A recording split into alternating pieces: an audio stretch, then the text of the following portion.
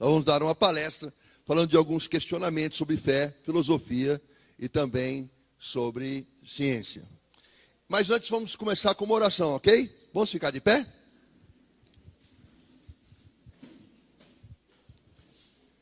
Feche seus olhos, baixe a sua cabeça, nós vamos orar. Senhor, meu Deus e meu Pai, Mestre Jesus, o Cristo Nazareno. Nesse momento, meu Deus, nós precisamos da Tua presença. Nós precisamos, Senhor, que o Senhor toque a nossa mente, o nosso coração, que o Senhor tire as amarras de todo entendimento do mundo, de todo impedimento do mundo, de toda semente que o mundo plantou na nossa mente, Senhor. Retira agora tudo que não for teu, sai agora no nome de Jesus. Coloca teus anjos ao redor dessa igreja, Senhor. Traz à tona todo entendimento, Senhor, da tua obra, da tua presença, da tua pessoa em nossa vida. Nos toca no nosso coração. Pai, para a honra e glória do Teu nome, assim nós oramos e Te agradecemos, em no nome do Pai, do Filho e do Espírito Santo. Amém. Podemos sentar. Pode colocar por favor, o primeiro slide? Bom, como eu estava no hotel, e eu estava preparando o pendrive no hotel, no PowerPoint do hotel, e o PowerPoint do hotel deu problema, então vai estar um PowerPoint pobrinho, mas do jeito que deu para fazer, amém? Uma das questões... Bom, primeiro deixa eu me apresentar, né? Por que eu vou falar sobre fé, ciência e religião? Eu tenho uma vida acadêmica. Sou formado em filosofia pela USP, biomedicina pela Unicamp, biologia pela Unicamp, tenho mestrado em bioquímica pela Unicamp. Comecei, mas não concluí o curso de pedagogia pela Unicamp, pretendo concluir ainda. Comecei também o curso de teologia, mas eu abandonei, porque o curso de teologia que eu estava fazendo estava matando a minha fé.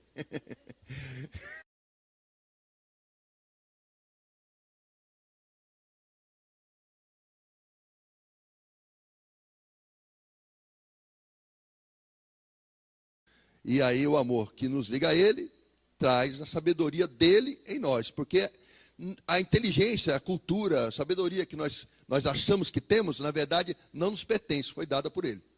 Tudo pertence a Ele. Todas as coisas criadas pertencem a Ele, do início ao fim. Ele é o alfa e o ômega, o princípio e o fim de todas as coisas.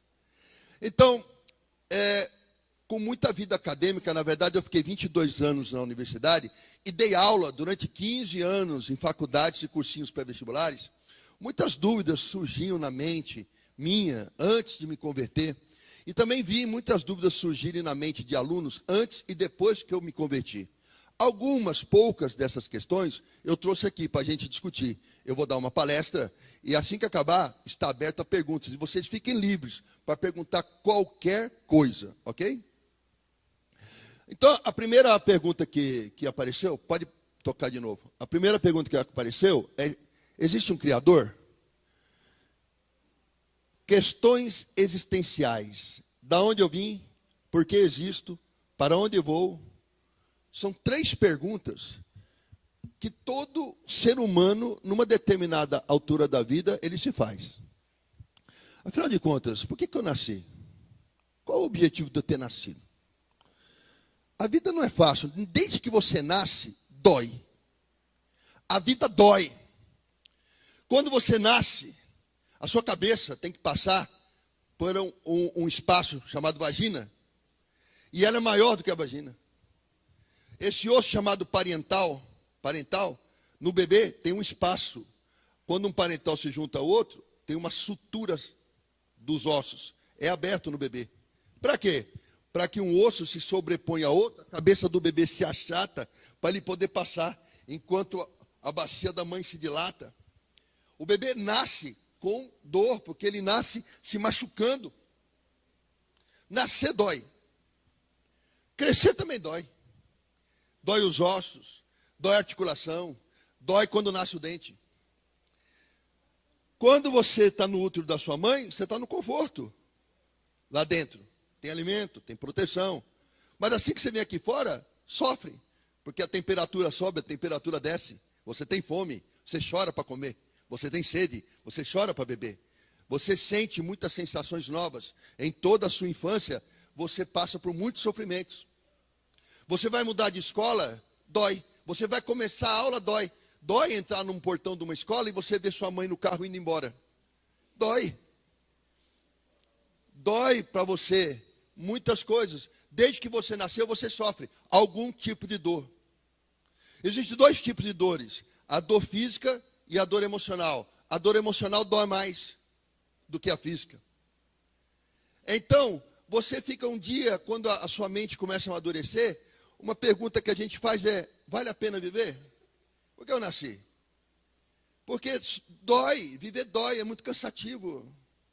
E você olha para a sociedade, você vê mal em todos os lados: assassinatos, estupros, pedofilia, maldade de toda a natureza. Aquele amigo que você confiava te trai, o namorado te trai, a namorada te trai, alguém te rouba, alguém que você confia muito abusa de você. Então você se vê numa rede de coisas ruins. Então você começa a questionar a própria existência. Por que eu nasci? Por que eu nasci? Aí, quando a pessoa é jovem ainda, principalmente dos 13 aos 15, 16 anos, tudo é muito intenso. A adolescência, tudo é muito intenso. Aí a pessoa começa com esse questionamento maior, e muitos jovens se suicidam. Aquele jogo Baleia Azul, que levou muitos ao suicídio, não é a primeira estratégia de Satanás para levar adolescente ao suicídio. Tem um livro escrito por Jean Paul Sartre, que matou 5.000 adolescentes na Alemanha, e ele é proibido lá até hoje. Então o Baleia Azul já existia antigamente, em livros. Hoje se usa a internet. Então o mundo tem uma propensão ao suicídio. Você sabe qual é a coisa mais curiosa que tem?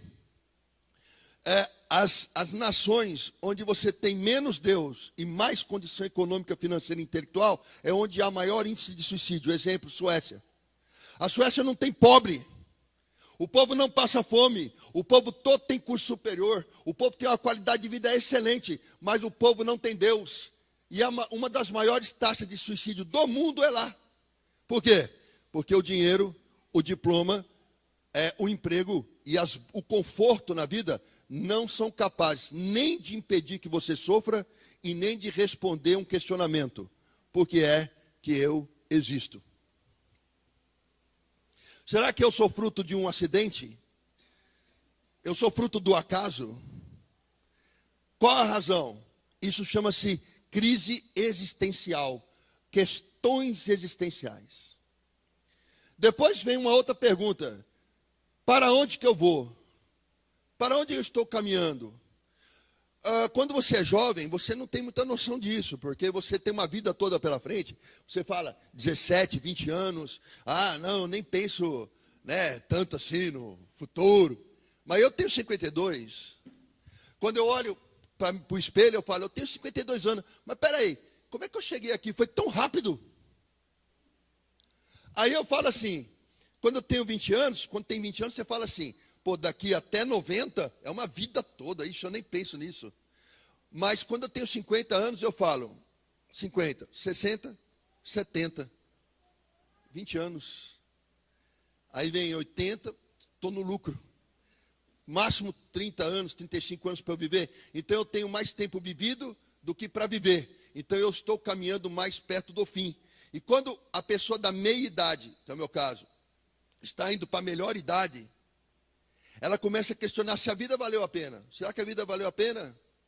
O que eu fiz da vida? Será que ela tem um sentido? Para onde que eu vou? Será que daqui para lá ainda dá tempo de fazer alguma coisa? Será que eu tenho uma outra direção para tomar? E mais, será que com a morte essa vida acaba? Ou tem alguma coisa além?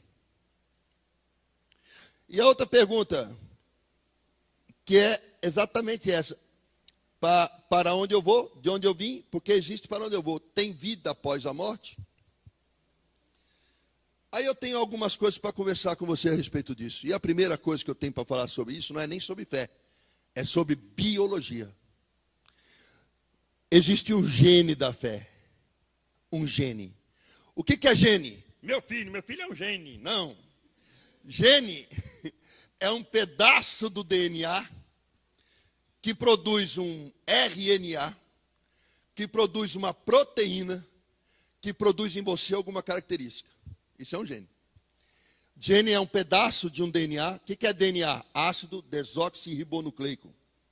Produz um RNA, ácido ribonucleico, que produz uma proteína que desenvolve em você uma característica. Essa característica é chamada de fenótipo ou de genótipo. Fenótipo, característica ligada ao gene que eu vejo a olho nu. Genótipo, característica ligada ao gene que eu não vejo a olho nu. Por exemplo, a cor da sua pele, a cor do seu cabelo, eu vejo. Então isso é o seu fenótipo. Se você tem tendência para música, aquele ouvido absoluto, ouvir uma música, reproduz, é uma característica que você tem genética, é um genótipo, eu não vejo a olho nu. Teu temperamento, teu comportamento, quando ele não está manifesto, por exemplo, você é um cara agressivo, você fala bom dia por quê? Se você é essa pessoa, enquanto você não me responder atravessado, você tem esse temperamento agressivo, esse teu temperamento agressivo é genótipo. Quando ele se manifesta e eu vejo, ele é fenótipo. Então eu tenho um DNA que gera um RNA, que gera uma proteína. Essa proteína faz osso, músculo, cabelo, unha, garras, bico de ave, faz penas, faz chifres. Essa proteína também gera comportamento. E os cientistas da biologia, mapeando o DNA humano, o genoma humano, descobriram uma coisa, que no DNA humano existe um pedaço dele, um gene, que é responsável pela fé. Então presta bem atenção no que eu vou te dizer. Todo ser humano no planeta Terra está programado celularmente, geneticamente, para acreditar em alguma coisa ou em alguém. Você tem 1 trilhão de células no seu corpo. Cada uma dessas 1 trilhão de células necessita acreditar em alguma coisa. O ser humano nasce com uma porção de fé.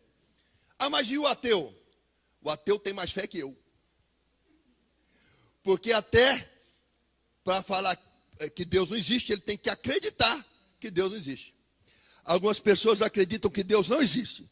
Outras pessoas acreditam que Deus existe. Outras pessoas acreditam em uma filosofia de vida. Outras pessoas acreditam numa política. Outras pessoas acreditam num determinado autor. O fato é que todo ser humano nasce geneticamente com fé. Agora, fé em quê? Ou no quê é outra história. Mas todo mundo nasce programado para acreditar em alguma coisa. Todo mundo nasce. E o pior é que esse gene da fé, ele é o responsável por gerar em nós essas dúvidas. De onde eu vim, por que existo, para onde vou. O único animal do planeta Terra que tem esse questionamento, que sabe da sua finitude, que sabe que a vida acaba e que questiona a vida é o ser humano. Embora todos os seres vivos tenham DNA, embora todos os seres vivos tenham genes, o único ser vivo do planeta que tem um gene que o faz questionar a sua própria existência é o ser humano. No meio de bilhões de espécies, é o ser humano o único. Então, você, dentro de você, cada célula do teu corpo faz de alguma maneira ou outra essas 3 perguntas. Para encontrar o quê? Para encontrar uma razão para viver. Uma razão para sofrer e ainda permanecer aqui. Agora, muda o slide, querido, por favor. Agora, quando eu comecei a ter esse questionamento, algo me impulsionava para sair um pouquinho fora de mim, dos meus problemas, e começar a olhar o universo, começar a olhar a criação como um todo. Quando você faz isso, quando você está questionando por que eu nasci, por que eu existo, para onde eu vou, você está fechado no seu mundo, você está fechado em você. Você está no que a gente chama de filosofia existencial. Você está como um autista, vivendo para si, vivendo no seu mundo. Agora, se você quiser buscar responder perguntas existenciais, você tem que sair fora do seu mundo e olhar no entorno. E uma das coisas que me chamava bastante atenção antes de me converter, já desde a adolescência, é estudar um pouco a criação como um todo. E eu lia muito aquela série do Cosmos, de um astrofísico chamado Carl Sagan. E aí a gente percebe algumas coisas. A gente mora numa galáxia chamada Via Láctea. Ela tem 1/5 de quilômetros. Isso aqui. A luz demoraria 100 mil anos para cruzar toda a Via Láctea. Essa galáxia que a gente mora, chamada Via Láctea, ela tem 100 bilhões de estrelas.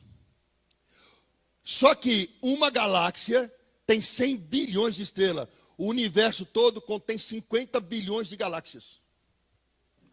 Cada galáxia dessa tem bilhões de estrelas, como o nosso Sol que a gente vê.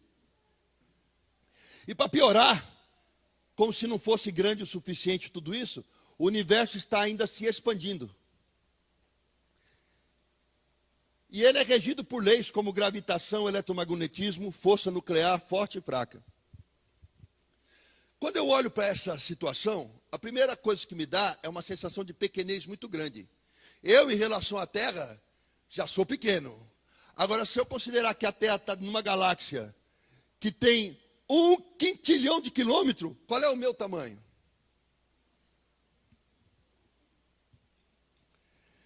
Eu sou literalmente insignificante. É uma poeira no canto da sala. Uma poeira. Um grão de areia na praia. Então, a primeira coisa que você tem que analisar é que, no meio de uma coisa tão imensa, você é pequenininho. Um grão de areia, uma poeira, um nada.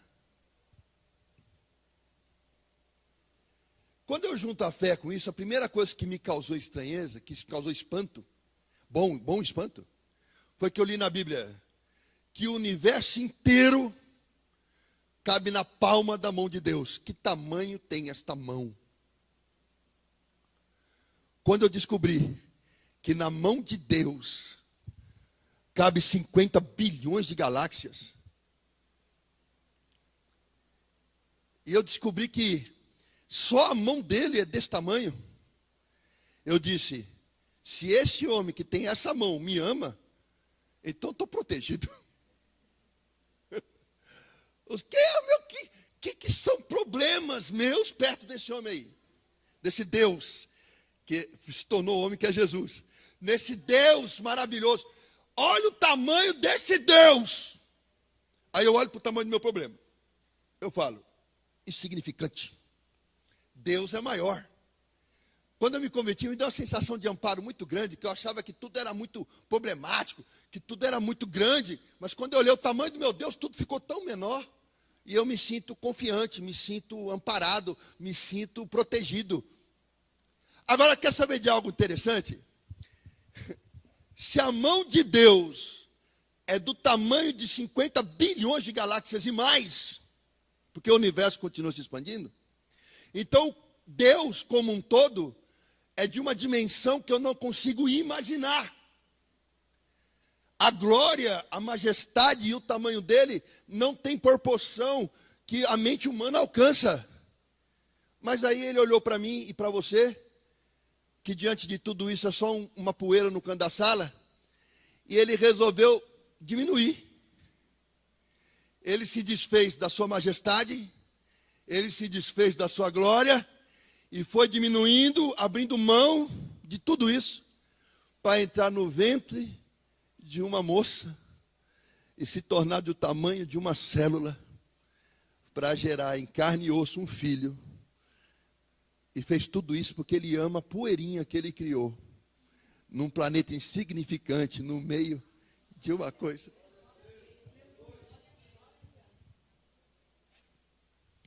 Quão grande é o meu Deus, cantarei quão grande é o meu Deus, todos hão de ver quão grande é o meu Deus. Ele não precisava passar por nada. O universo cabe na palma da sua mão. Ele é majestoso, é glorioso. Tudo se inicia e termina nele. Mas ele quis sofrer o nascimento, ele quis sofrer o sono, a fome, a sede. Ele quis viver na carne o que você vive.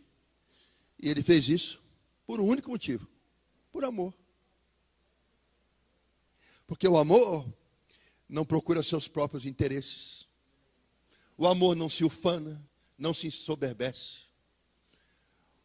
O amor não é egoísta, não se alega com a mentira, se alega com a verdade. Porque o amor tudo sofre, tudo crê, tudo espera. Ele é o próprio amor. Nós só o amamos porque ele nos amou primeiro. E eu ia continuar a palestra, mas Deus está me incomodando aqui para falar algo para vocês sobre isso. Mas é algo que Deus está colocando no meu coração. No princípio, Deus criou os céus e a terra. Havia trevas no fundo do abismo. E o Espírito Santo de Deus pairava sobre as águas. E Deus separou a noite do dia e disse às águas: até aqui você vai, daqui você não passa. Criou todas as aves, todos os animais, todas as plantas e ao homem. E depois ele disse ao homem a seguinte frase: tudo que tem aqui, você vai governar, você vai dirigir, e você vai dar nome a todas essas coisas. O homem não trabalhava, o homem não morria, o homem não adoecia, o homem não sofria nenhum tipo de dor. E ele tinha um relacionamento direto com Deus. A função de Deus é dar ao homem, a função do homem receber de Deus, e só. Deus viu que cada animal que ele criou, cada criatura que ele criou, tinha seu par. Ele olhou o homem não tinha par. E ele disse: não é bom que o homem viva só. Farei para ele uma auxiliadora. Colocou o homem em sono profundo, lhe tirou uma das costelas, e depois eu vou explicar isso geneticamente. Lhe tirou uma das costelas, e da costela fez a mulher, a sua ajudadora. Quando o homem acordou do sonho e viu a esposa, ele disse: essa sim, é carne da minha carne, osso do meu osso, sangue do meu sangue. Então Deus disse: olha, no jardim do Éden, onde vocês estão, existem duas árvores, mas tem uma que tem um fruto que eu não quero que você coma, porque o dia que você comer desse fruto, você morrerá. Então o homem e a mulher não conheciam a mentira, não conheciam o pecado, não conheciam o engano. E a mulher foi até aquela árvore que Deus disse para ela não ir. E o diabo, que é espírito, tomou conta de carne e osso da serpente. E a serpente falou com Eva e a seduziu. A Eva comeu o fruto, deu ao seu esposo, que também comeu. E quando isso aconteceu, houve uma separação do homem de Deus. Porque houve um pecado, o pecado da desobediência. O homem desobedece a Deus, o homem se afasta de Deus. E pior, na hora que o homem come do fruto da árvore, ele toma ciência do que é bom e do que é ruim. E aí ele decide que ele vai ser o seu próprio Deus. Ele sai do teocentrismo, Deus no centro, e ele passa para o antropocentrismo, o homem no centro. O homem senhor das suas vontades, o homem que dirige a sua própria vida, o homem que faz as suas próprias escolhas. Não é mais o homem que obedece, é o homem por si. Então, quando Deus procurou o homem no final da tarde no jardim do Éden: Adão, por que tu te escondes? Porque eu estou nu. Quem foi que te disse que você está nu? Por acaso você pecou, você me desobedeceu, comeu do fruto que eu falei para que não era de comer? O homem disse: eu comi, mas foi aquela mulher que tu me deu que mandou eu comer, e eu comi. Deus, naquele momento, já não tem mais a relação com o homem como tinha antes, porque houve uma separação. Então o homem é senhor de si mesmo, e o diabo naquele momento entra, assumindo o controle sobre o homem, na carne do homem. Por isso que o mundo jaz no maligno.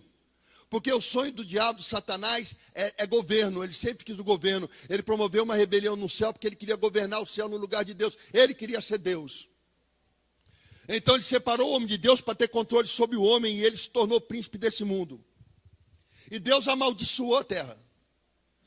Você, para comer o pão, você vai precisar agora lavrar a terra e conseguir o pão do suor do teu rosto. Naquele dia nasceu o trabalho é uma maldição. Depois Deus disse à mulher: com dores de parto você dará luz, e eu colocarei inimizade entre você e a serpente. E disse a serpente: maldito é tu entre os animais na terra, você vai rastejar para sempre, comendo o pó dessa terra. Daquele dia nasceu o pecado. Com o pecado veio o reino de Satanás, o príncipe desse mundo. E aí nasceu a dor, nasceu o sofrimento, nasceu toda sorte de doença, de mazela, de diversidade de sofrimento que esse mundo tem. O mundo jaz no maligno, porque nós nos afastamos. Mas aprouve a Deus um plano. Deus pensou num plano, porque toda a humanidade condenada, afastada dele. A criatura não pode viver longe da fonte da criação. A criação, a vida, está no Criador. Se eu me afasto do Criador, eu estou morrendo, eu estou sem vida. Então toda a humanidade está no pecado, toda a humanidade condenada à morte, toda a humanidade afastada de Deus, toda a humanidade longe do Criador. Da onde eu vim, por que eu existo, para onde eu vou, são perguntas que Adão, quando estava com Deus, não fazia, porque ele sabia a razão de existir. Eu existo para te adorar.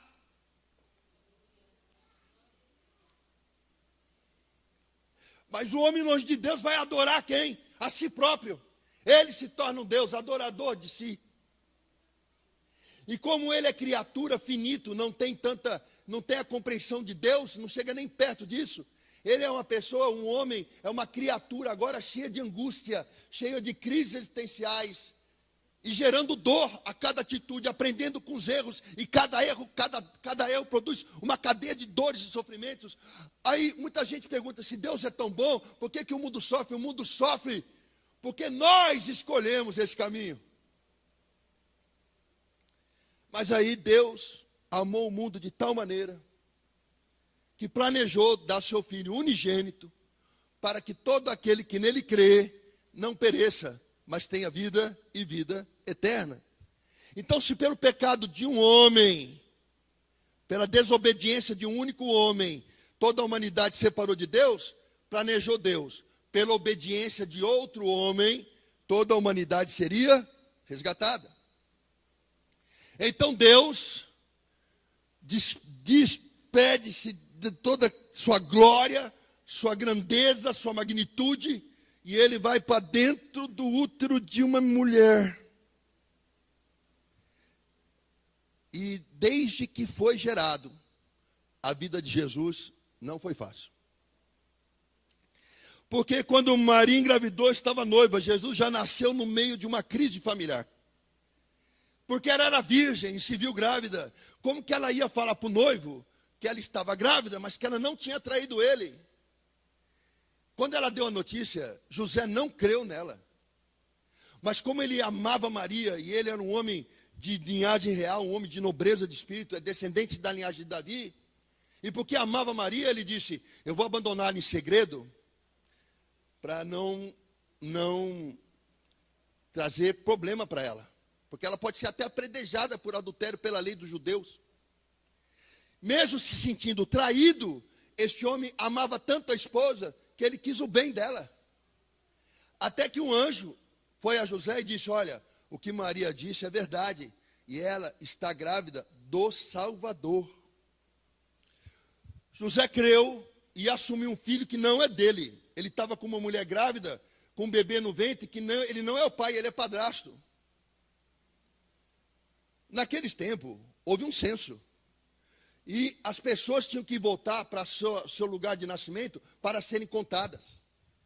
José pega Maria grávida e vai a Belém por causa do censo. E porque muitas pessoas estão em Belém, não tem lugar na hospedaria. E José caminha com Maria em cima de um jumento, provavelmente grávida, em cima de um animal, pelo deserto. E ele não tem emprego, ele tem profissão, ele é marceneiro, mas ele está desempregado, pouco dinheiro no bolso, ele está indo para uma viagem com uma mulher que está grávida de um filho que não é dele. Em nenhum momento ele pensou: está muito difícil isso aqui, hein? Vou abandonar essa mulher. Esse filho não é meu, isso não é problema meu.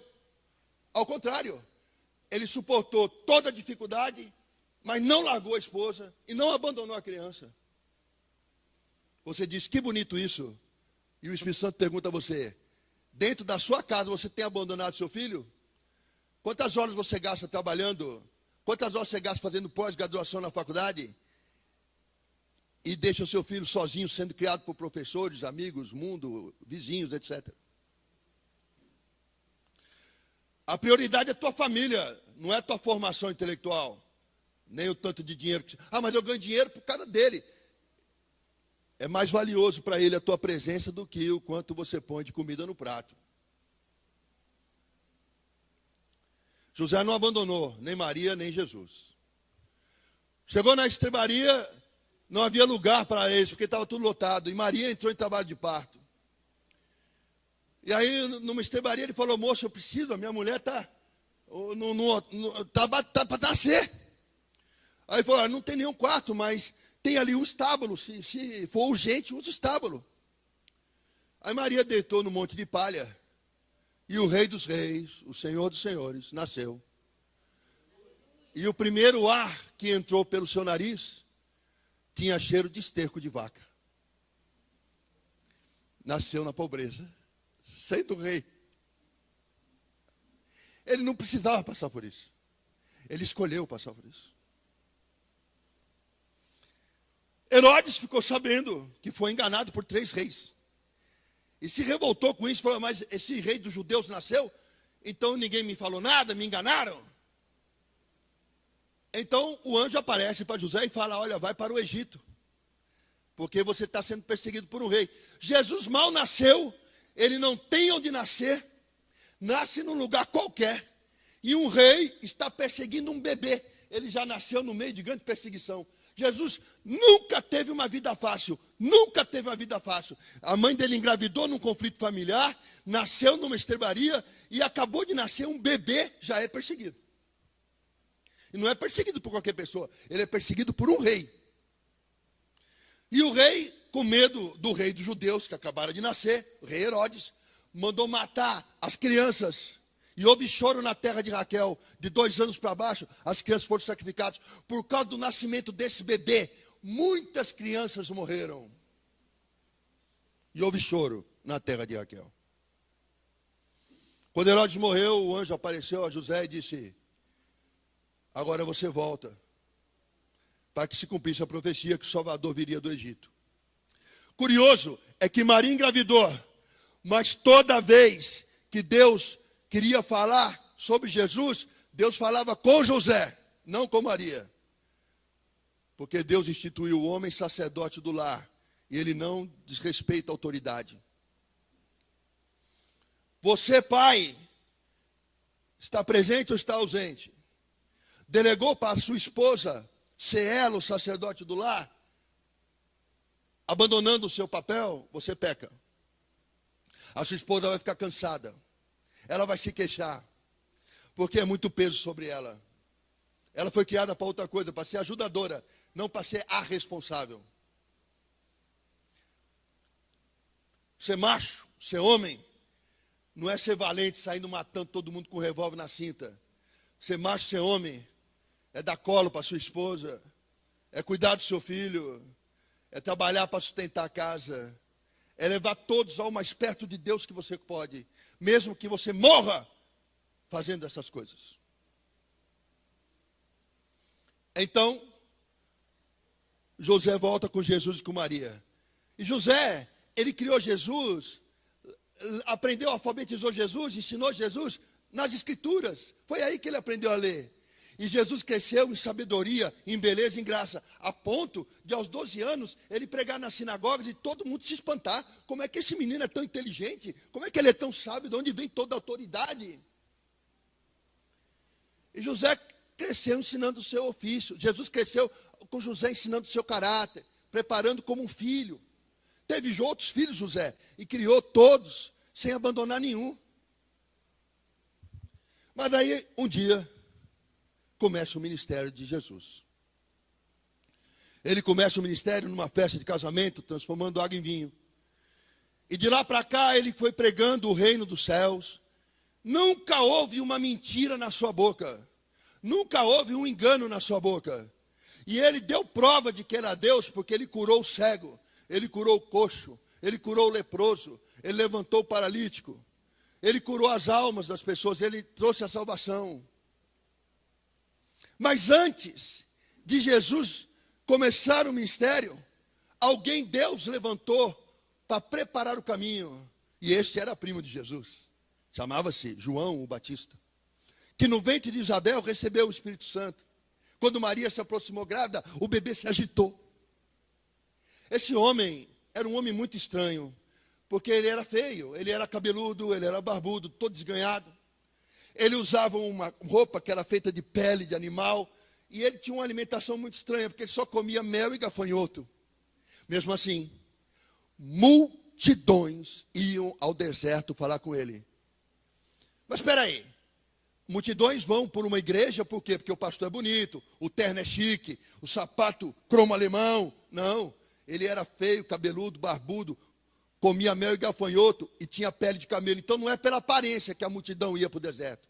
Será que lá onde ele pregava, então, era um oásis? Tinha lugar para sentar, tinha tâmaras, tinha água fresca, tinha sombra? Será que a multidão ia para o deserto para ter conforto? Não. Ia para o deserto para tomar sol na cabeça, sentar na areia quente. Não havia conforto. Então, certamente o discurso desse homem devia ser um discurso da doutrina da prosperidade. Vai falar que todo mundo vai ficar rico, vai ser uma benção, né? Vai ter muito louvor, 10 horas de louvor, 5 minutos de pregação, é o que eu quero. Profecia, profetada, é lá que eu vou. Não, as palavras dele eram duras, eram palavras de arrependimento. Endireita teu caminho, apruma tuas veredas, que aquele que há de vir virá. Era tanta autoridade nesse homem que ele apontava para o castelo e dizia: Herodes, seu adúltero, para de dormir com a mulher do teu irmão. E o rei tremia, porque multidões o seguiam. Quando Jesus, o Cristo, foi à presença dele, João disse: eu não sou digno que lhe amarre as alpargatas, quanto mais te batizar, não posso te batizar. E Jesus falou: é necessário que você me batize. Então João desceu, Jesus, às águas, e naquele momento houve um encontro do Pai, do Filho e do Espírito Santo, porque o Espírito Santo, na forma de uma pomba, desceu do céu no Filho, e o Pai bradou do céu: eis o meu Filho amado, em quem muito eu me alegro. Curioso é que quando Jesus começou a pregar, a igreja de João era uma igreja que tinha o quê? Multidões. E muitos que seguiam a João começaram a seguir Jesus. Alguns dos obreiros da igreja de João foram até João e falaram: João, tá doido? Esse tal de Jesus chegou aí, dividiu a igreja. Os membros estão indo para lá. O que o João disse? Deixem que vão. Convém que ouçam a ele e não a mim. E quando falavam com João: como é seu nome? Quem é você? Ele nunca disse: eu sou João, o presidente da igreja tal. Eu sou João, o apóstolo da igreja tal. Eu sou João, o evangelista da internet, que tem não sei quantas. Eu sou o cara. Quando perguntava: João, quem você é? Ele dizia: eu sou só uma voz que clama no deserto. Nem o nome. Ele dizia: eu sou só uma voz. Prenderam a voz, porque uma mulher pediu a cabeça dele e dançou para o rei, seduzindo o rei. Na cadeia, a única preocupação de João Batista é: será que eu estou certo que Jesus é o Salvador mesmo? E mandou perguntar a Jesus, e Jesus deu a resposta: diga a João que o cego vê, que o surdo ouve, que o paralítico se levantou. Então João ficou feliz. Quando desceu a lâmina sobre o seu pescoço, ele estava tranquilo, porque convém que ele morra para que Cristo viva. Quando Jesus recebeu a notícia da morte de João, ele disse: em verdade vos digo, que de homem nascido de mulher, nunca houve e nunca haverá ninguém maior do que João o Batista. E Jesus nunca mentiu, nunca enganou. Ao contrário, ele curou, ele salvou, ele libertou, ele cuidou, ele tratava com amor todas as pessoas. E quanto mais ele amava, mais perseguiam ele. Quanto mais ele pregava a verdade, mais perseguiam ele. Ele nunca teve uma vida fácil. Até que um dia, no Getsemane, sabendo que a cruz se aproximava, ele foi conversar com Deus.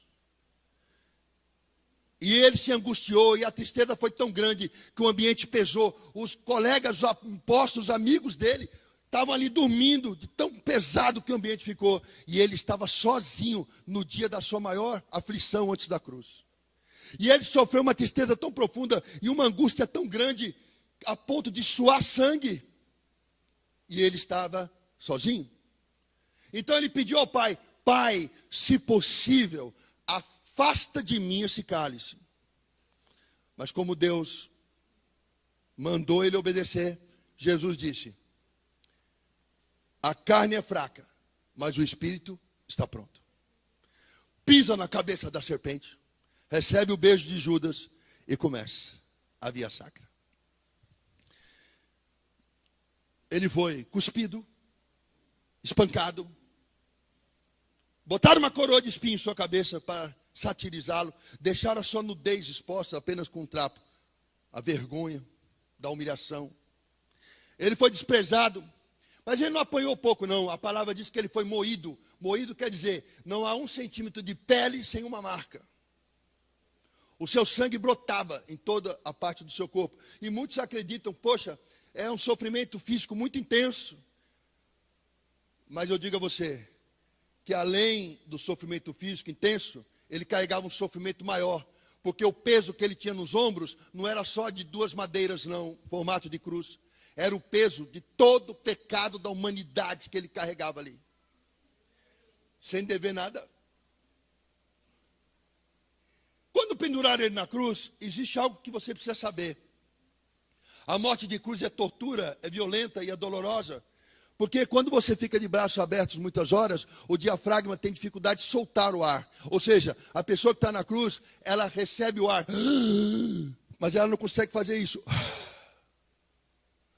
Sofrido, bem debilitado, ele tem as mãos e os pés cravados e pendurados numa cruz. E Jesus está lá. O peito enche de ar, mas não consegue soltar. Então a respiração é.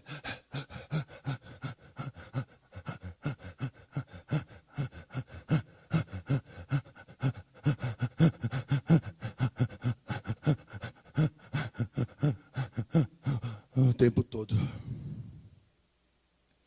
Ele podia naquele momento olhar para o povo que estava lá embaixo e falar: vocês são culpados disso. Ele poderia descer de lá, ele poderia dar ordem aos anjos e acabar com a humanidade. Mas ao invés disso, ele força o peso do corpo nos pés, levanta o corpo, solta o ar, puxa o ar. Pai, perdoai-os. Eles não sabem o que fazem.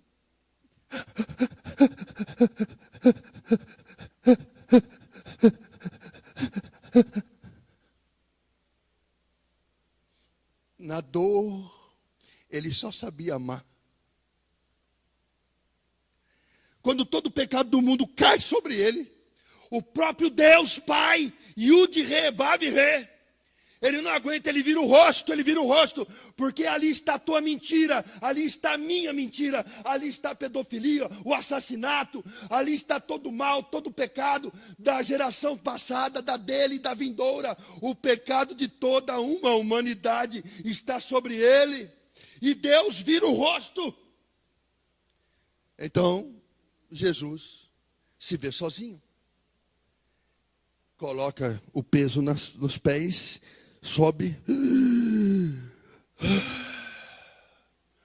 Pai, Pai, por que me abandonastes?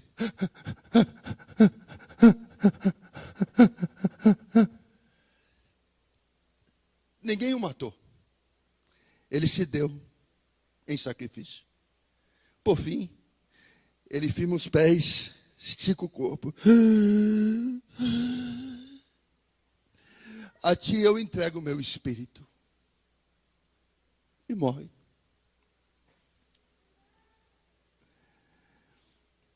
E ali, ele deu razão para a minha existência. Porque eu existo para te adorar. Porque você é a única razão de eu viver. Eu existo para te amar, para ser amado por ti. Qual o sentido da minha vida? Glorificar teu nome. Fazer tudo que eu puder na terra, nos meus dias, para pregar o evangelho a todas as criaturas. Para amar como o Senhor amou, incluindo os meus inimigos. Para perdoar quem me ofende. Para abençoar quem me amaldiçoa. Para beijar a face de quem me trai.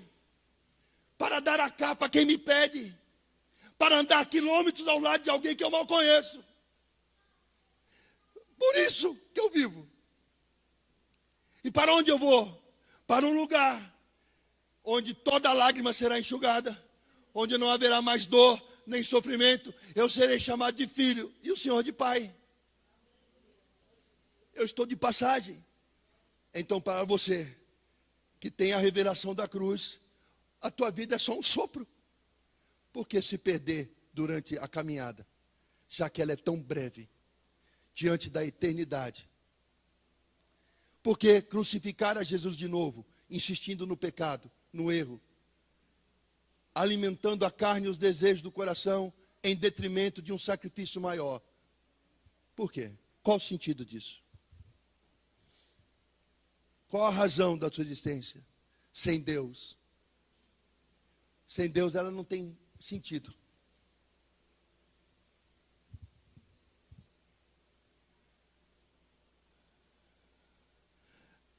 Tudo que Deus faz, Ele coloca a impressão digital dele. A gravitação, o eletromagnetismo, força nuclear forte e fraca, são algumas das forças e impressões que a ciência identificou, que para mim são impressões digital de Deus. Porque essas forças, por exemplo, controlam todos esses 50 bilhões de galáxias. Isso quer dizer o quê? Quer dizer o seguinte, que este universo tão extenso tem um planejamento, tem uma inteligência por trás dele, tem um controle, tem alguém que age para que tudo funcione de forma correta.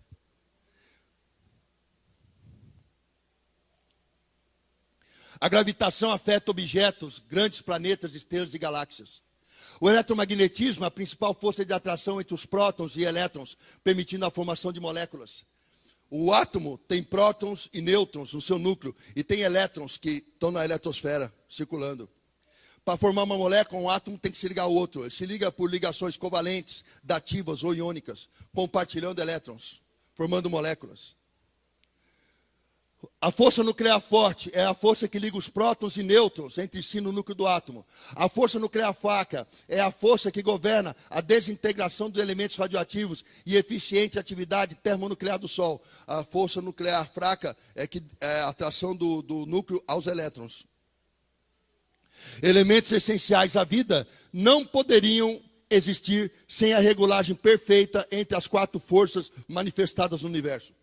Só para citar essas quatro forças é o seguinte: o núcleo de um átomo atrai os seus elétrons em 8 camadas, K, L, M, N, O, P, Q, com 2, 8, 18, 32, 32, 18 e 2 elétrons. Se a força eletrostática ali, da atração do núcleo nos elétrons, for um pouco maior ou um pouco menor, esses elétrons aproximariam ou iriam embora. Impediria a formação de uma molécula. Sem molécula não há vida. Quem mantém essa força atuando? A precisão que essa força tem que ter é maior do que um de um relógio suíço. Quem pensou nisso? O acaso? Foi por acaso?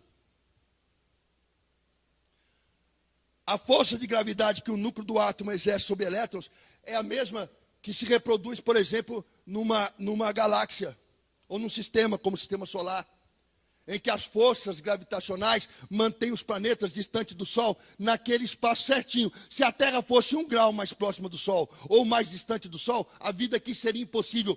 Quem mantém essa distância calculada e constante? O acaso? O acaso? Ou tem uma inteligência, um planejamento por trás disso?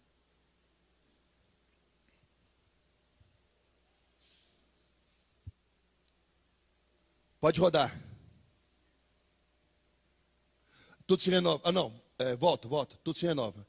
É outra coisa que a ciência pergunta. Tudo se renova. Elementos essenciais à vida, como carbono, hidrogênio, oxigênio, nitrogênio e ferro, não poderiam existir sem a regulagem perfeita entre as 4 forças manifestas no universo. Ou seja, aquelas forças que eu falei para você, elas são responsáveis pela formação dessas moléculas. E essas moléculas são responsáveis pela formação da vida. Se a força eletromagnética fosse um pouco mais fraca, os elétrons não se manteriam no encontro do núcleo do átomo, tornando impossível a produção de moléculas. As condições da Terra, tamanho ideal, composição de elementos, distância perfeita do Sol, acúmulo de água na superfície, etc. Fried Holy, The Nature of the Universe. O Fred é um cientista da universidade. Diz assim: para fugir da questão da criação, seria necessário que toda a matéria do universo fosse infinitamente velha. O que lá não pode ser. O hidrogênio é constantemente convertido em hélio e em outros elementos. Como se dá, senão que o universo consiste quase só de hidrogênio? Se a matéria fosse infinitamente velha, isso seria totalmente impossível. Vemos assim que, pelo que o universo é, a questão da criação não pode ser ignorada. Isso quer dizer o seguinte: esse cientista está dizendo o seguinte, Rowley, está dizendo o seguinte: se o universo fosse criado do acaso, as coisas envelheceriam. Mas o que a gente observa é que tudo é renovado. Tudo acaba e recomeça, acaba e recomeça. Isso só pode ser compreendido com a ideia de um Criador. Se a coisa acontece por acaso, ela tem início, meio e fim. Como as coisas se renovam, ela não tem fim. Só pode se renovar quem cria. Então se admite o entendimento, tem-se o entendimento de que há necessidade de ter algum criador. Então uma prova de que tem uma mente por trás do universo é que o universo se renova. O universo se renova. Só pode renovar quem é capaz de criar. Fazer de novo. Muda. Origem da vida. Terra primitiva. O que a biologia diz? Que a Terra era um conglomerado de gases tóxicos unidos por um centro de gravidade, vazia de vida e sem forma. E bate com a Bíblia isso aí. Daqui a pouco o planeta Terra está rodando no universo e ele está dissipando calor, ele está esfriando. Aí se cria no entorno do planeta Terra uma crosta fria, dura, essa que você está pisando, a crosta terrestre. As erupções vulcânicas começam a acontecer e vapor d'água sobe na atmosfera através das erupções vulcânicas. E aí a Terra se vê envolta em nuvens. E tempestades torrenciais varrem a Terra durante milhões de anos. E os ventos sopram a 300 km por hora. E a temperatura do planeta chega a 200 graus Celsius. Aí o livro de bioquímica da universidade diz o seguinte: que ao acaso, exclui a ideia de um criador, ao acaso, carbono, hidrogênio, nitrogênio e oxigênio se encontraram numa pocinha d'água, no meio de tempestade torrencial, no meio de erupção vulcânica, no meio de vento, no meio de tudo. 4 átomos, ao acaso, se encontraram numa pocinha d'água e formaram a primeira molécula orgânica. A chance matemática disso ser verdade é 0,5301%. É mais fácil acreditar em Deus. Isso é como admitir que isso é verdade.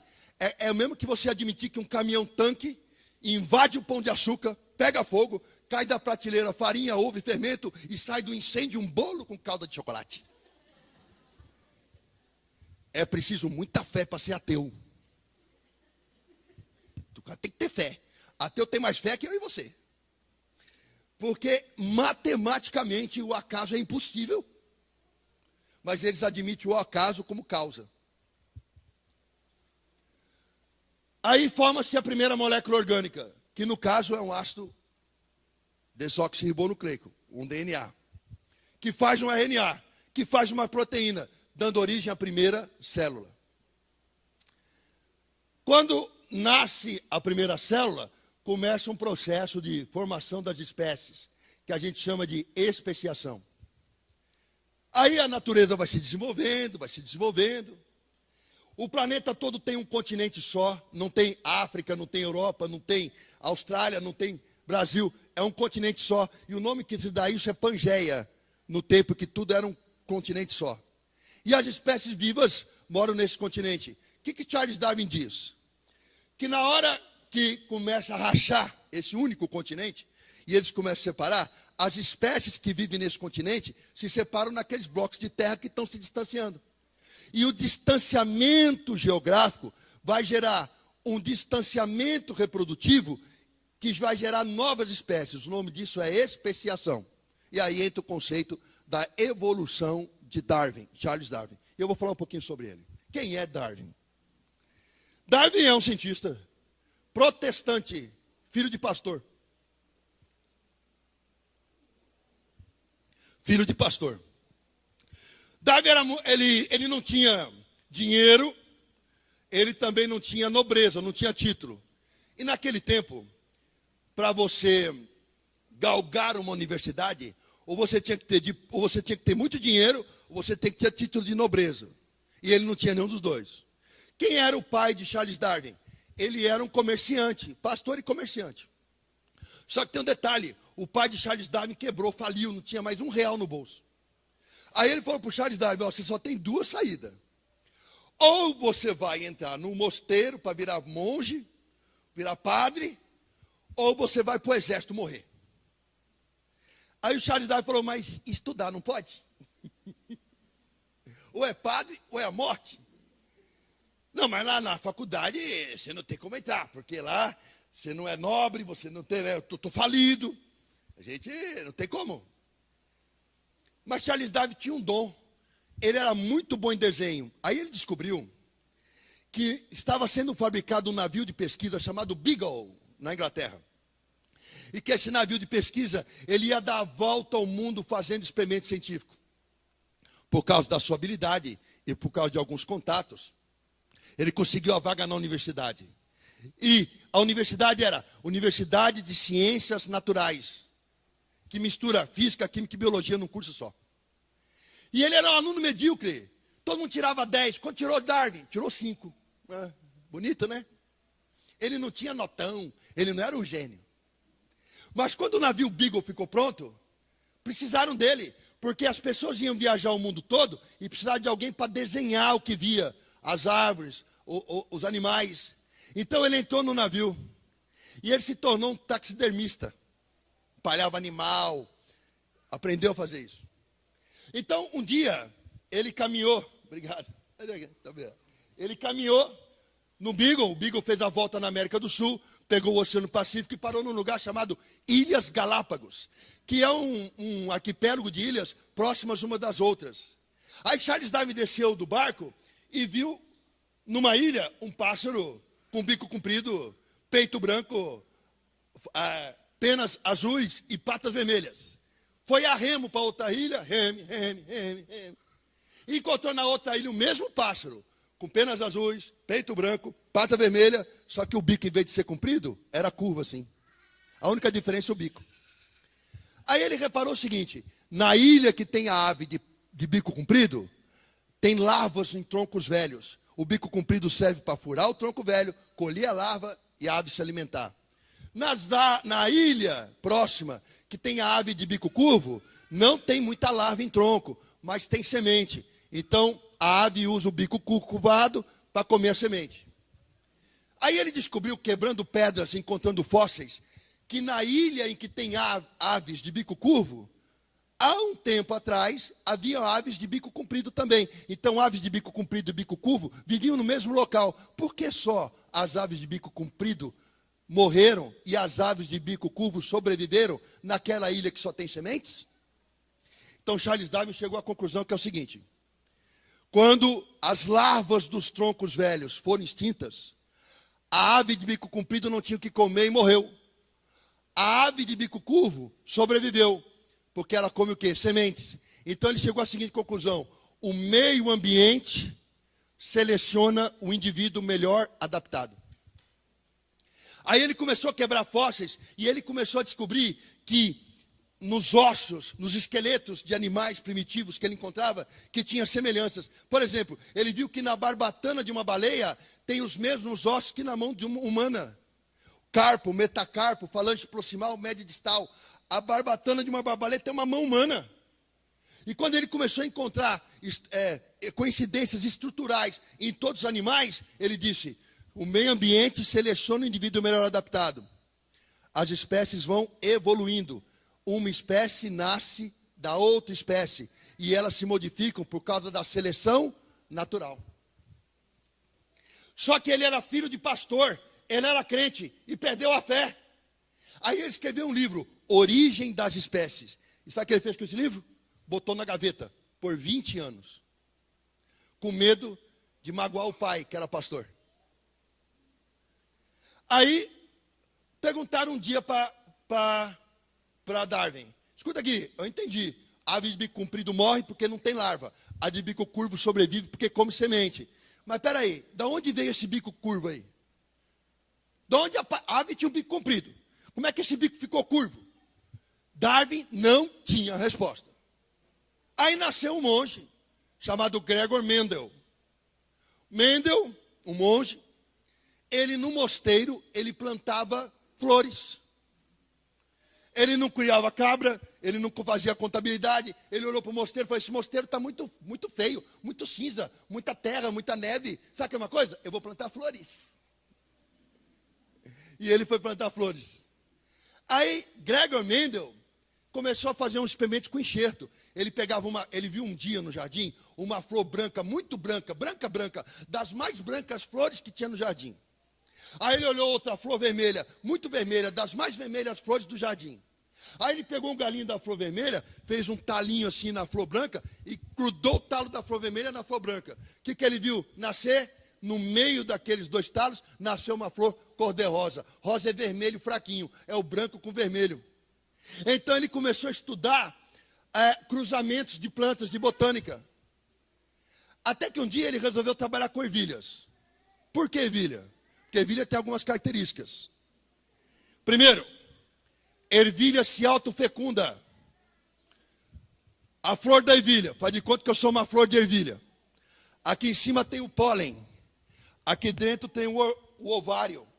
A flor, ela é um órgão sexual completo, masculino e feminino ao mesmo tempo.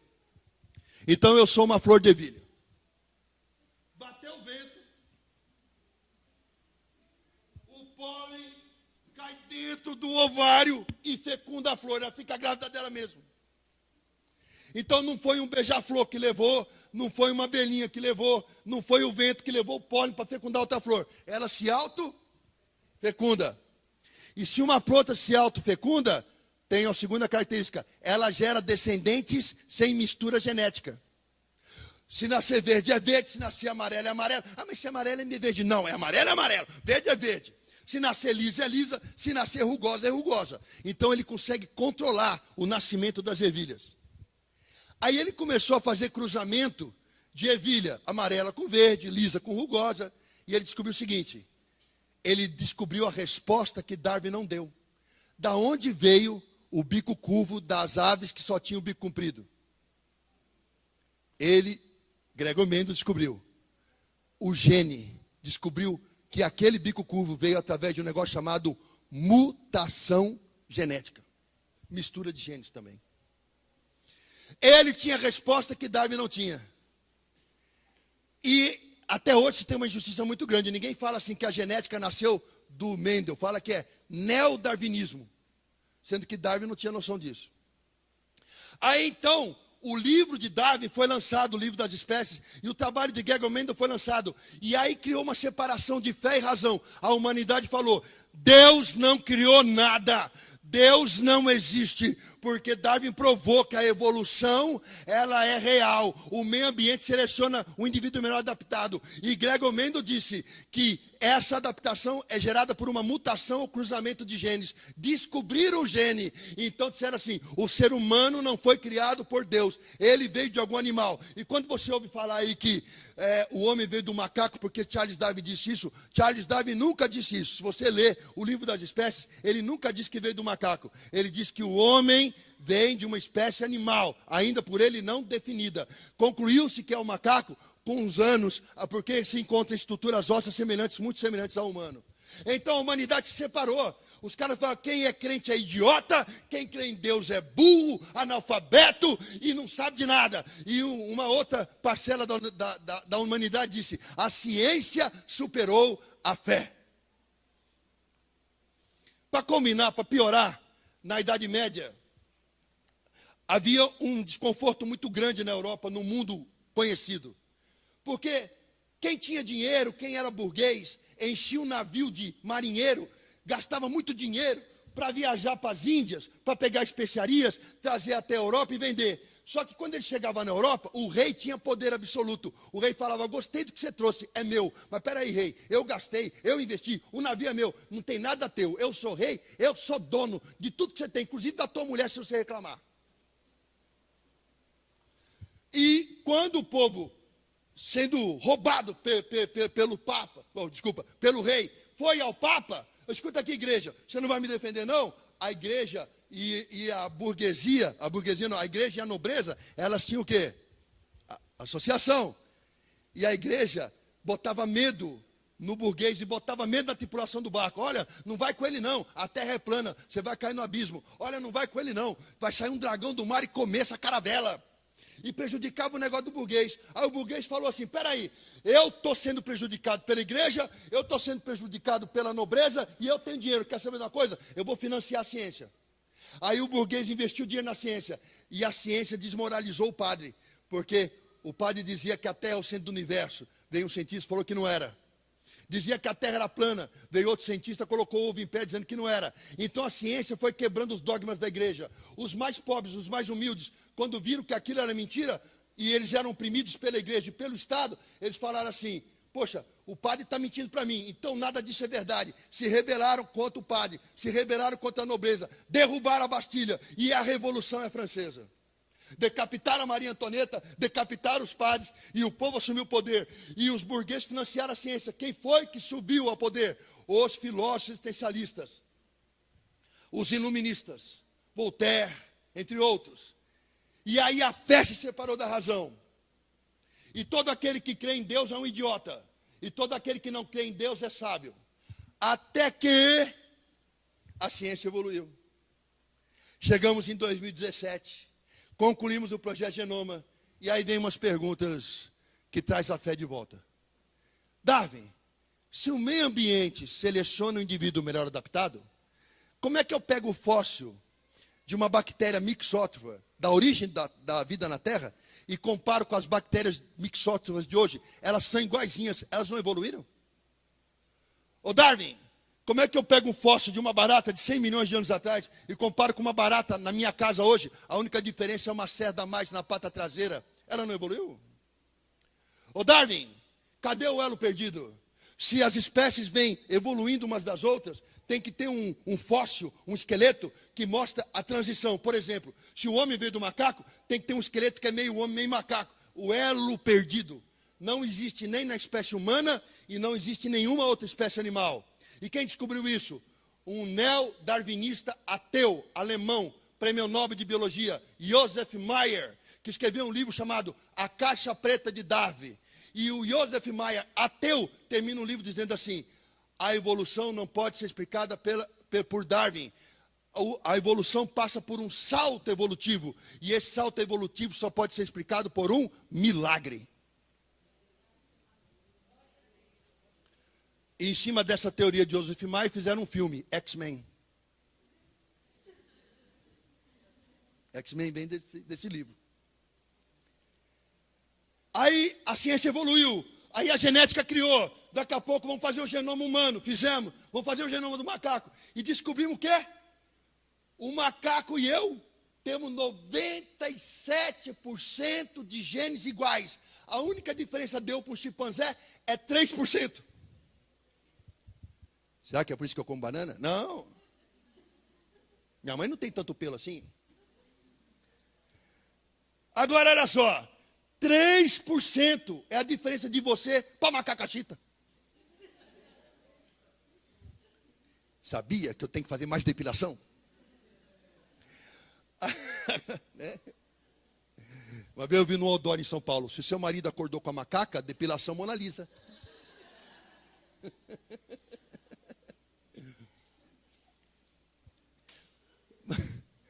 Eu lembro uma vez que eu fui pregar não falando mal da igreja, não estou falando mal da igreja, mas eu fui pregar na congregação, e tinha uma irmãzinha sentada na frente, ela tinha um saião, né, mas já parecia a canela dela, e ela estava com uma meia grossa, uma meia bege, tipo meia Kendall, suave compressão, só que tinha uns pelinhos saindo para fora da meia, assim, uns pelinhos duros, parecia uma escovinha de mamadeira.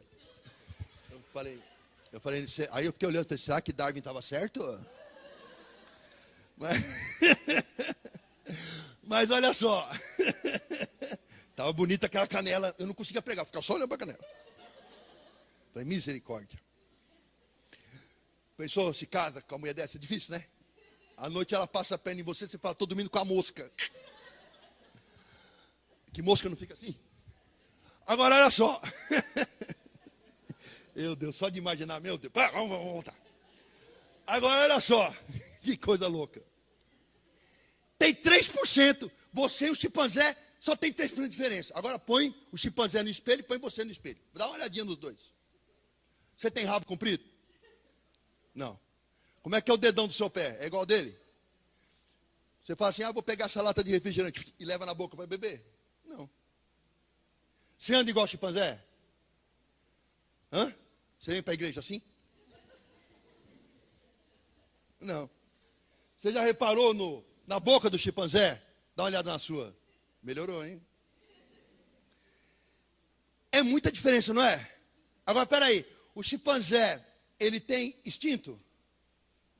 Mas ele tem a mesma inteligência que você? Chimpanzé faz conta? Chimpanzé faz foguete para ir para a lua? Chimpanzé se forma em faculdade? Mas peraí, você não é 97% igual a ele? A diferença não é só 3%? Pois a biologia não tem explicação para isso. A biologia diz o seguinte: 3% de diferença genética não explica toda essa distância fenotípica. Não tem explicação para isso. 3% de gene, você tinha que ser muito parecido com o chimpanzé. Mas você não é. E essa diferença tão grande não pode ser explicado por 3% de diferença de genes. Estamos encerrando. Outra pergunta que a ciência e a biologia fazem, eu estou encerrando. De onde vem a consciência? O único animal que tem consciência, que tem algum senso moral, é o homem. Os outros animais não têm. O cachorro não sabe que ele vai morrer. Ele vive todo dia feliz. Todo dia ele está feliz. Ele tem 15 anos, o cachorro vai morrer o ano que vem e ele está feliz. Ele só vive o hoje. Aliás, você tem que aprender com o cachorro, viver só o hoje. A gente tem muito que aprender com o cachorro. Você chuta o cachorro, pá! 2 minutos depois ele está te lambendo de novo. Perdoa seus inimigos. Não é não? Você dá de comer para ele, ele te ama. Você não dá de comer para ele, ele te ama. Ame, independente das circunstâncias. Tem que aprender com o cachorro. O cachorro está lá, feliz. Ele não sabe que vai morrer. Agora imagina se o cachorro soubesse que o ano que vem ele vai morrer. Ele ia ficar, poxa, é a última ração. O que eu fiz da minha vida que eu joguei tanto tempo fora? Aquela cadelinha lá atrás, que eu devia ter casado com ela.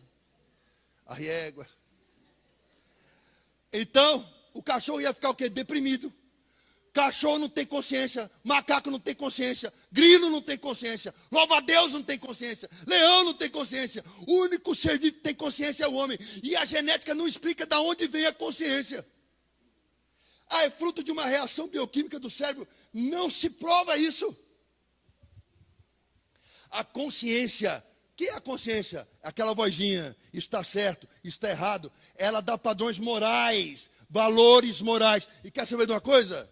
Não importa onde o homem esteja, existem alguns valores morais que são universais. Como assim? O cara está lá no Tibete, com uma manta laranja, passando frio no alto do Himalaia, fazendo om. Se você falar para ele, dorme com a sua filha. Eu falei, eu não posso fazer isso. Se você falar com um brasileiro, dorme com a sua filha, ele vai falar, não vou fazer isso, eu vou estuprar minha filha. Mas espera aí, são valores morais, com dois povos completamente distintos, com religiões distintas, mas tem valores morais que são o quê? Universais. Da onde veio esse conceito? Como que o homem nasce com padrões morais imutáveis, gerando um negócio chamado ética, que é diferente de cultura. Ética são princípios morais aplicados nas relações diárias. Isso é ética. A ética, a consciência e a moral humana só pode ser explicada por uma fonte superior de moral, consciência, inteligência e ética. Como nós viemos dessa fonte, ela se reflete em nós. Por isso, independente da cultura, ela se espalha pelo mundo todo. São princípios inabaláveis.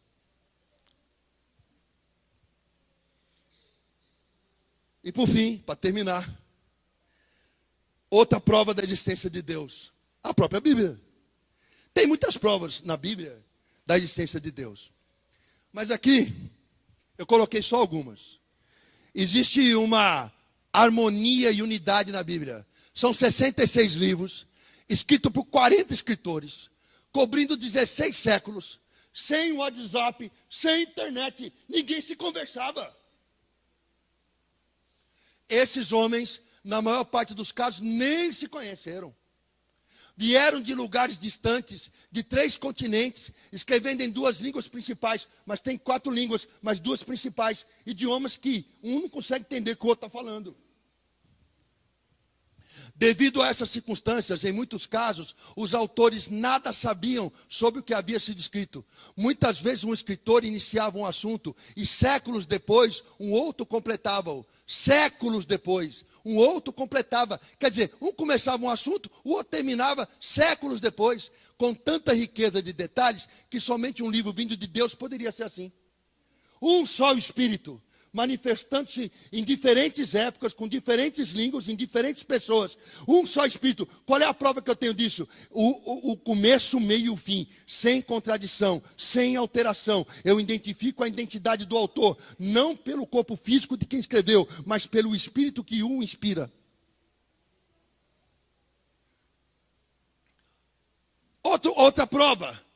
O cumprimento das profecias.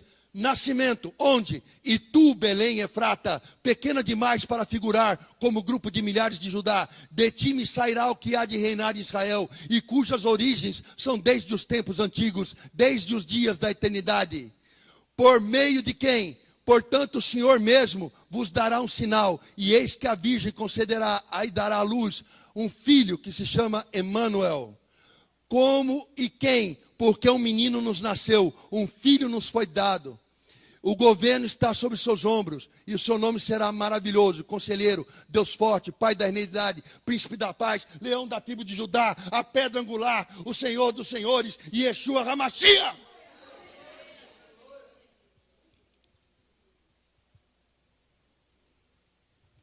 ...700 anos antes de Jesus nascer, livro de Isaías, Velho Testamento, profetizou a vinda do Messias. Jesus não só cumpriu essa profecia, mas também cumpriu cerca de 300 declarações específicas sobre o Messias, encontrado em todo o Velho Testamento. Abaixo está somente uma amostra do que encontramos no livro de Isaías, quando comparado ao Novo Testamento. Nascido de uma virgem, profecia do Velho Testamento. Por isso o Senhor mesmo lhe dará um sinal. A virgem ficará grávida e dará à luz a um filho. E se chamará Emanuel, Isaías 7,14. Cumprimento no Novo Testamento. Foi assim o nascimento de Jesus, o Cristo. Sua mãe Maria estava prometida em casamento a José. Mas antes de se unir, achou-se grávida pelo Espírito Santo. Ao acordar, José fez o que o anjo do Senhor lhe tinha ordenado. E recebeu Maria como sua esposa. Mas não teve relações com ela, enquanto ela não deu à luz a um filho. E ele lhe pôs o nome de Jesus. 300 anos depois. Ministério de milagres, profecia no Velho Testamento. Então se abrirão os olhos dos cegos e se ataparão os ouvidos dos surdos. Então os coxos saltarão como servo, e a língua do mudo cantará de alegria. As águas irromperão no ermo e riachos no deserto. Cumprimento no Novo Testamento. Jesus respondeu: voltem e anunciem a João que o que vocês estão ouvindo e vendo. Os cegos vêm, os mancos andam, os leprosos são purificados, os surdos ouvem, os mortos são ressuscitados e as boas novas são pregadas aos pobres. Morreu pelos pecados da humanidade, profecia no Velho Testamento, mas ele foi transpassado por causa das nossas transgressões, foi esmagado por causa da nossa maldade. O castigo que nos trouxe a paz estava sobre ele, pelas suas feridas fomos curados. Todos nós, tal qual ovelhas, nos desviamos, cada um de nós se voltou para o seu próprio caminho, e o Senhor fez cair sobre ele a maldade de todos nós. Cumprimento no Novo Testamento: eu sou o bom pastor dá a vida pelas ovelhas. Jesus chamou à parte os 12 e lhes disse: estamos subindo para Jerusalém, e tudo o que está escrito por meio dos profetas acerca do Filho do Homem se cumprirá. Ele será entregue aos gentios, e zombarão dele, o insultarão, cuspirão nele, açoitarão e matarão. No terceiro dia ressuscitará. Então Pilatos tomou a Jesus e ordenou que fosse açoitado. Os soldados teceram uma coroa de espinhos e puseram em sua cabeça, vestiram-no com uma capa de púrpura e, chegando a ele, diziam: salve, rei dos judeus, e batiam-lhe no rosto. Levando a sua própria cruz, ele saiu para o lugar chamado Caveira, em aramaico chamado Gólgota. Ali o crucificaram. Próximo. Prova de que Deus existe. Todas as profecias de um livro escrito por tantos autores que não se conversavam, falando idiomas diferentes, em centenas e milhares de anos de distância. Aí tem um começo, um meio, enfim, uma lógica. E as profecias ditas há tanto tempo se cumpriram, e se cumprem, e se cumprirão, porque Jesus não é homem para mentir.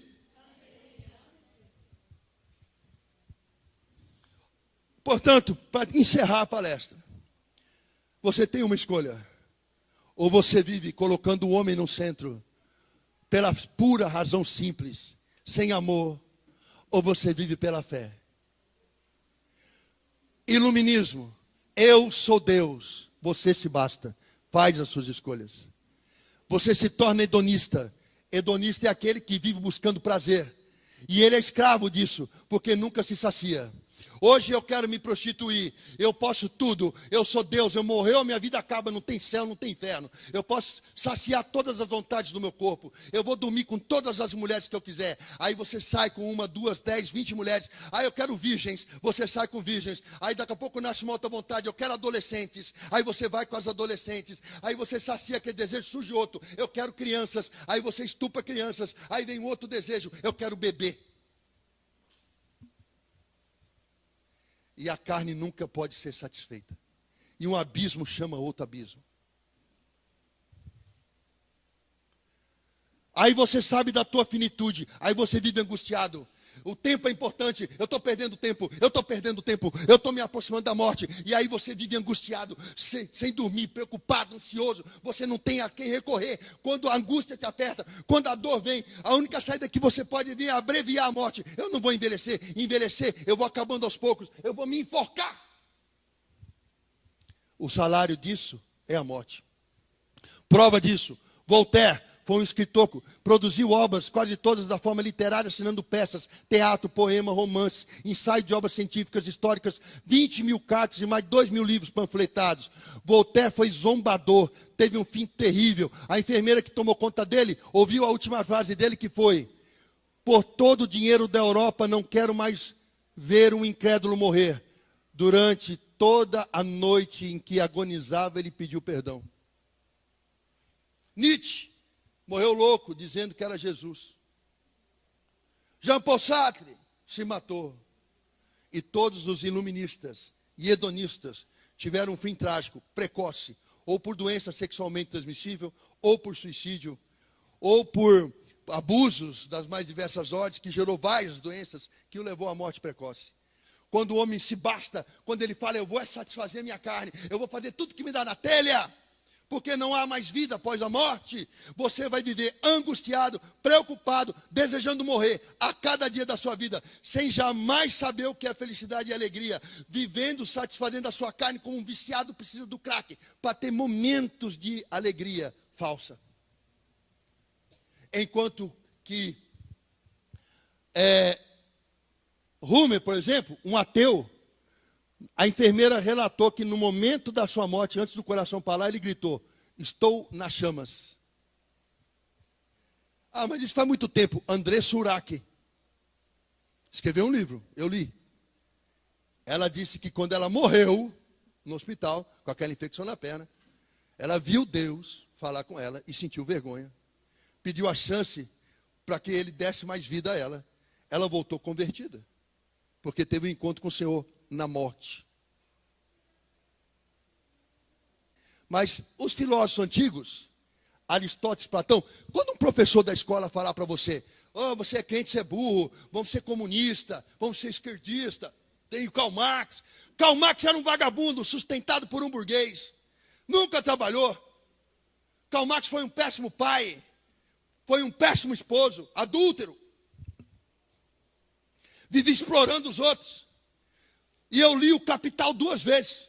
Eu li Karl Marx, li Durkheim, li Voltaire, li Freud. Eu li Jean-Paul Sartre, li Simone de Beauvoir. Eu li tudo isso aí. Eu li Foucault. E o que acontece? Qual é o problema do Capital? Karl Marx desconsiderou duas coisas. Primeiro, o capitalismo é plástico. Quando ele escreveu ou o socialismo ou a barbárie, ele desconsiderou que o capitalismo é plástico, ele se molda. E desconsiderou a fé, porque ele era ateu.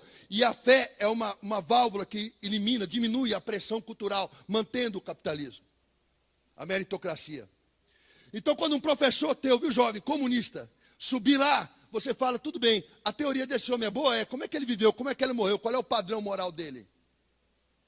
E se é o socialismo ou a barbárie, onde é que tem um lugar no mundo, me fala só um, que o socialismo funciona? Um só. Ele vai mentir, vai falar que a Coreia do Norte é maravilhosa. Aí você dá uns panfletinhos para ele do Bolsonaro e manda ele pregar lá, para ver o que acontece. Mas os filósofos antigos, Aristóteles e Platão, esse aqui é responsável pela filosofia que crê em Deus, esse aqui pela que não crê. E todos os filósofos do iluminismo estão baseados em Aristóteles. Aí eu vou encerrar dizendo o seguinte, para explicar para vocês melhor. Aristóteles dizia o seguinte: está vendo esse óculos? Está vendo ou não? Ele dizia, Aristóteles não, Platão dizia: esse óculos não é real. Real é a ideia do óculos. Alguém pensou no óculos. Então, esse óculos construído é a manifestação do pensamento de alguém. Então, quando perguntar para Platão o que é real, o pensamento ou o óculos? Platão dizia: real é o pensamento, o óculos é o pensamento materializado. Alguém pensou para fazer. Isso aqui é o pensamento de alguém que eu posso tocar. Quando Platão diz isso, ele está sendo teísta. Por quê? Porque Deus disse: haja luz e Deus pensava e materializava. Tudo que existe é materialização do pensamento de quem? De Deus. Deus mandava, a coisa acontecia. Isso é Platão. Aristóteles dizia o contrário. Não. Para mim não é real o pensamento, não. Para mim real é o óculos. Tudo que pode ser medido, mensurado, que eu posso tocar, cheirar, sentir o gosto. Isso é real. Então, todo filósofo ateu, do iluminismo para cá, ele é aristotélico. E em cima de Aristóteles criou-se o método científico. E o método científico não consegue destruir a crença em Deus, apesar de todo o esforço. Por quê? Ele não consegue, através do método científico, provar que Deus não existe. E também porque a ciência jamais vai conseguir explicar para você por que você nasceu, qual o sentido da sua vida e para onde você vai. E para concluir, eu parafraseio a frase de um grande cientista crente, Isaac Newton, que diz: um pouco de ciência te afastará de Deus, muita ciência aproxima. Deus os abençoe.